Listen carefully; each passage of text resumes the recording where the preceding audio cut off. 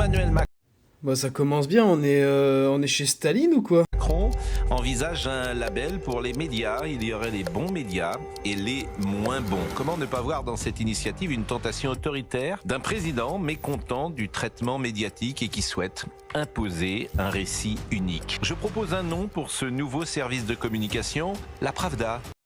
Mettre tout en rouge avec le compte de l'Élysée, ça fait pas du tout Pravda, quoi. C'est pas du tout la confirmation de ce qui est dénoncé, en fait. Enfin, je sais pas, ils ont pété un câble, les communicants de l'Élysée. Jamais la menace totalitaire n'a été aussi présente, aussi probable depuis la peste brune et la peste rouge qu'avec la Macronie finissante.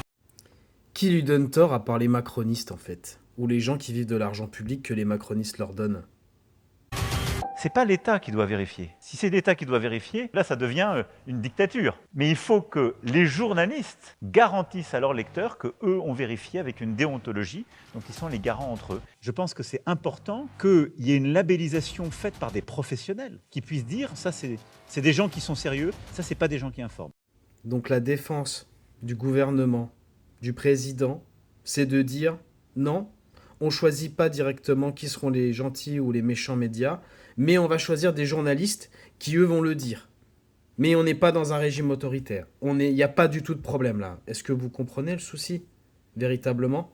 Ils ont déjà fermé des chaînes de télé, ils veulent s'occuper des réseaux sociaux. Vous croyez vraiment que c'est fait avec bienveillance? Tout le monde sait que c'est faux. Tout le monde le sait. La liberté d'expression est en grand danger en France. Et il va vraiment falloir le comprendre, et il va vraiment falloir se battre pour la garder.